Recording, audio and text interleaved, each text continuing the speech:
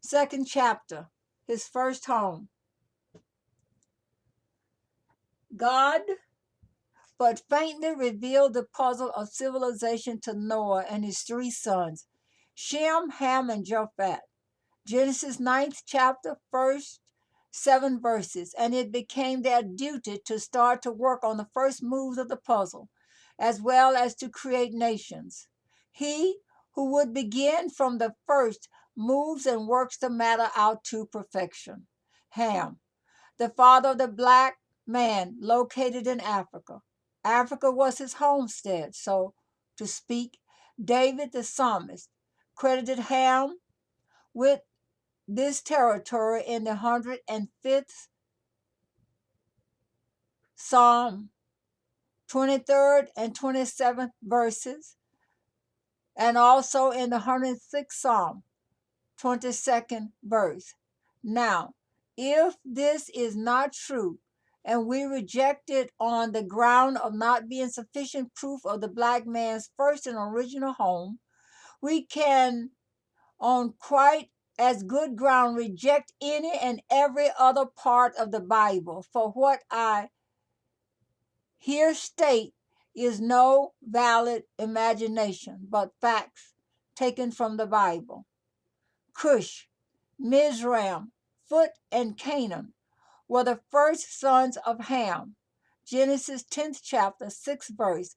And these four sons, including Nimrod, the grandson of Ham, were the first to start work on the problem of civilization. In a word, they were the pioneers and the very pillars of civilized governments. Cush, located in South Egypt on the river Nile.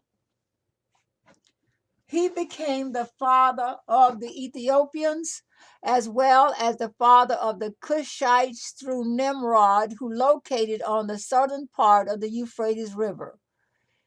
It is to be remembered that Nimrod is the founder of the Babylonian kingdom, Genesis 10th chapter, 10th verse.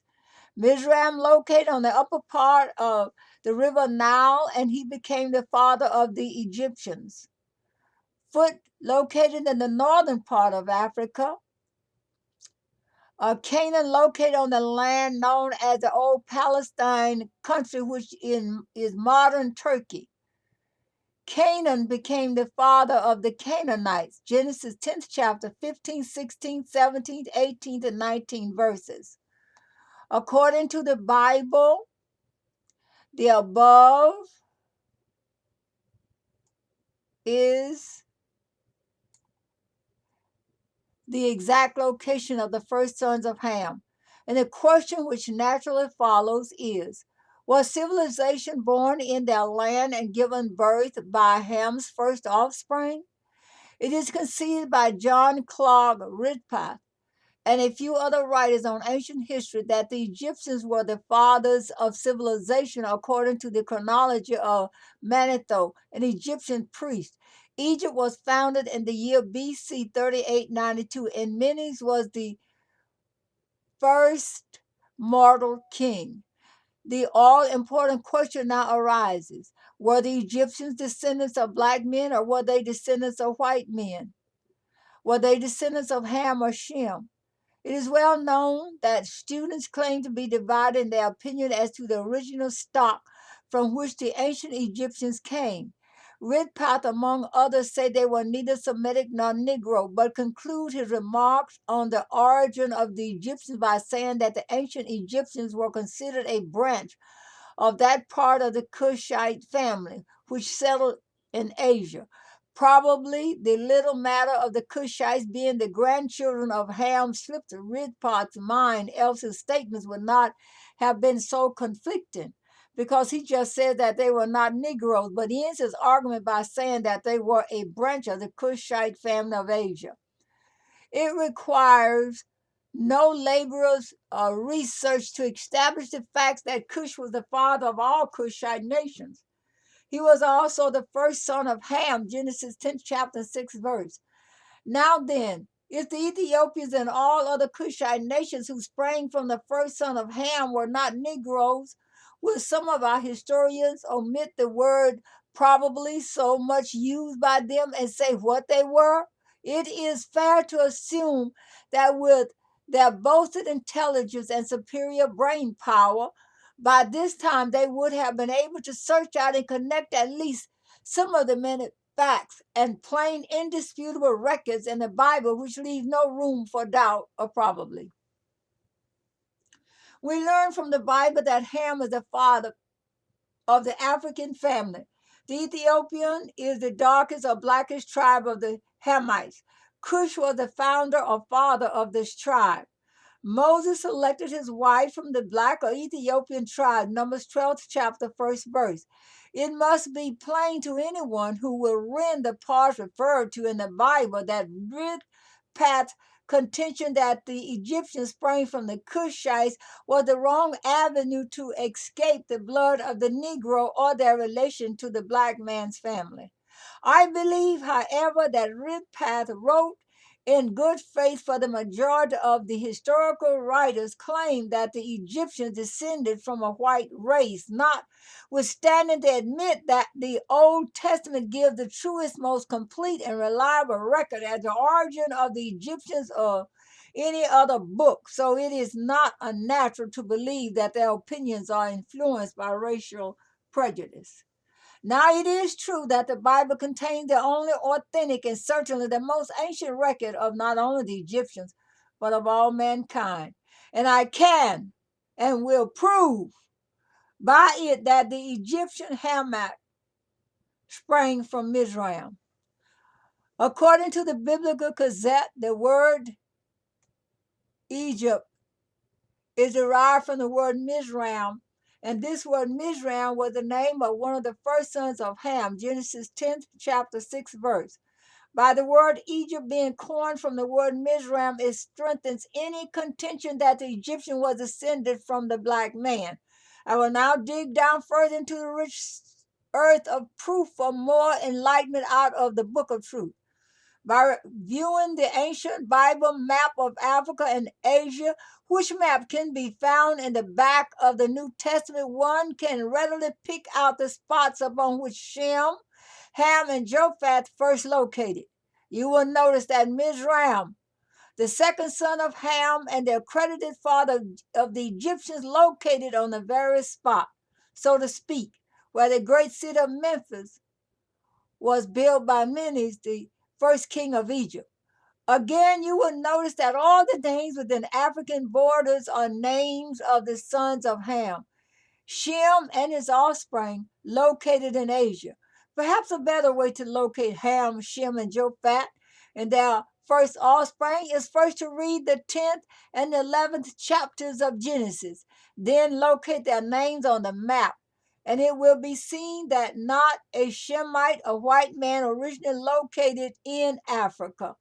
All of the white men located in Asia, and according to the Bible, white men never began to travel in Africa until Abraham's time BC, 1921. The Egyptians lived in a high state of civilization near 2,000 years before Abraham's first visit to Egypt, and the appearance of white people was a circus and a curiosity to the black people. Abraham realized this fact and commanded his wife to represent herself as his sister because, as he said, she was fair to look upon. White. Genesis 12th chapter, 11th, 12th, and 13th verses. This would indicate that the Egyptians were not white, and I will say without fear of any assertion being disproven that until after the time of Abraham, the Egyptians were a Simon pure black race. Shortly after Abraham's visit, the Shemitic or white dwellers began to pour into Egypt to such an extent that the Egyptians began intermarrying with them. And of course, this intermarrying had its effect of contaminating the pure Negro blood. And this intermarrying was the cause of the black man or full-blooded Egyptian losing the power of control in the kingdom. In other words, this is the loop through which the shepherd or white or Shemitic king slipped through and took possession of the Egyptian kingdom. There's an excerpt in here about Dr. W.E. Beauregard Du Bois. Dr. W.E. Burghardt Du Bois is the most scholarly speaker and writer of the Afro-American race. He is the author of the book Souls of Black Folk, which is a marvelous book. On the following page are some of the phrases from his famous address to the Social Study Clubs of Chicago University. February 13, 1907, on education and civilization. The doing of the world's work is a great duty and a great privilege. It is a thing not to be aimed at, but to be aimed beyond.